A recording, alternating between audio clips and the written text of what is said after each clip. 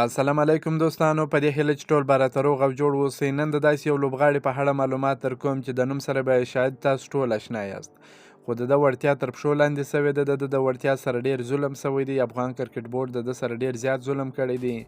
په وار وار ده ته وعدې ورکړل سوي دي چې نورو ملکو ته به د تمرین لپاره واستو، هلته به ټرینینګ وکړي، هلته به زیات پرمختګ وکړي. خو دی تر ننه پورې واسطه نه لري، پیسې نه لري، په خپل کور کې ناست دی. یعنې کرکټ ته هیڅ پاملرنه نه ده سوې. دغه ځوان د 145 یو نیم سل پورې سپیډ ویشتلی سي، چې داسې بالران په افغانستان کې ډېر کم دی. دا ځوان محب الله زرمتی نومیږي. د بالینګ ډېر ښایسته سټایل هم لري. تاسو یې په دا ویډیوګانو کې لیدلی سئ. د بالینګ ترڅنګ ډېر زبردست بیټینګ هم کولی سي. ډېر ښه لوړ قد هم لري. د محب الله زرمتي د بالینګ سپیډ په 2020 کال کې 145 ویشتلی سو.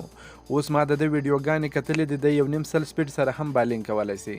د بالینګ ترڅنګ ډېر زبردست ښایسته بیټینګ هم ورسره کولی سي. په 2020 کال کې په ننګرهار کې د 12 غوره چټک توپ اچوونکو لپاره 10 ورځنی روزنیز کیمپ ترسره سو، چې په پایله کې محب الله زرمتی په لومړي مقام کې راغلی.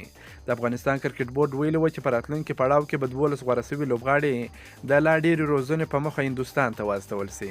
په دغه 12 غوره سوي لوبغاړو کې محب الله زرمتی په لومړي مقام کې راغلی دی، اقدام الله په دویم مقام کې، بریال په دریم مقام کې، محمد الله په څلورم مقام کې، عبدالوهاب په پنځم مقام کې، سمیع الله بلال په شپږم مقام کې، عمر امین صافی په اووم مقام کې، سید منیب په اتم مقام کې، مدثر په نهم مقام کې، زید الله په لسم مقام کې، 11 مقام کې اسیب الله او په 12 مقام کې محمد نوید وو. په دغه 12 غوره لوبغاړو کې محب الله زرمتی تر ټولو تیز بال ویشتلی دی. په 110 سپیډ سره بال ویشتلی دی. ایوریج هم ډېر ښه ایوریج دی، 3.5 ایوریج دی. یعنې که په ده باندې کار سوی وای تر اوسه پورې دی به د افغانستان په کچه او د نړۍ په کچه یو ستوری لوبغاړی وای. د دغه 12 غوره بالرانو سره او په خاصه توګه د محب الله زرمتی سره ډېرې وعدې وسولې چې هندوستان ته به دې واستو، هلته به لا ښه روزنه ترلاسه کړي، سپیډ به دې هم زیات سي، په راتلونکي کې به د افغانستان ستوری لوبغاړی سي. خو نه هندوستان ته واستول سو، نه په 19 کلنه لوبډله کې چانس ورکول سو، نه په الف لوبډله کې، نه په ملي لوبډله کې.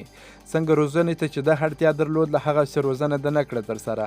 بیا هم د خپله خواري کښلی ده، په کور دننه یې ډېرې خوارۍ کښلې دي، په خپل ځان باندې باور پیدا کړی دی. اوس هم تر 1 نیم سله پورې سپیډ ویشتلی سي او د بالینګ ترڅنګ ډېر ښه بیټینګ هم ترسره کولی سي. خو په کرکټ بورډ کې ناست کسانو ده ته هیڅ پام نه دی کړی، ځکه دی غریب دی، دی پیسې نه لري، دی واسطه نه لري.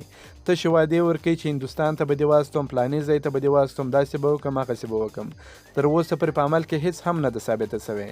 داسې دی محب الله زرمتی په څېر ډېری لوبغاړي دي چې واسطې او پیسې نه لري، همداسې بې برخلیکه پاته دي. کلب لیول انټر کلب سیالیو کې غوره لوبغاړي په یوه میچ کې 15 ویکټې او 130 منډې، ګریډ 2 سیالیو کې 15 میچ 8 ویکټې په یوه میچ کې 4 ډېرې منډې، ګریډ 1 سیالیو کې 15 میچ 40 ویکټې په یوه میچ کې ډېرې منډې 4 درې ورځنیو سیالیو کې 3 میچ 40 ویکټې، پرس کلاس سیالیو کې 3 میچ 40 ویکټې، لیسټ سیالیو کې 2 میچ 4 ویکټې ترلاسه کړي دي. محب الله زرمتی د زبردست بالینګ ترڅنګ زبردست بیټینګ هم په دغه لوبو کې ترسره کړی دی. د ډېرو ویکټو ترڅنګ ډېرې منډې هم ترسره کړي دي. دی دا وړتیا لري چې په راتلونکي کې د افغانستان یو ستوری لوبغاړی جوړ سي، خو که ده ته پام وسي او ده ته خپل حق ورکول سي، د ده وړتیا تر پښو لاندې نه سي. باید نور د افغانستان کرکټ بورډ دغه د مور او میرې چلند پای ته ورسوي. هر لوبغاړي ته د خپل استعداد او خپلې وړتیا مطابق په لوبډله کې چانس ورکړي او ولوبول سي. هغه لوبغاړي دې د لوبډلو څخه وباسي چې په پیسو او واسطو باندې راغلي وي. که مو دا ویډیو خوښه سوې در سره لایک کړئ او د خپلو ملګرو سره هم ضرور شیر کړئ. که په دې چینل کې نوی یاست په یوټیوب کې پوپل سپورټ در سره سبسکرایب کړئ، په فیسبوک کې پوپل نیوز در سره فالو کړئ. د نور تازه معلوماتو لپاره هم زموږ سره اوسئ. تر بلې ویډیو پورې د الله په امان.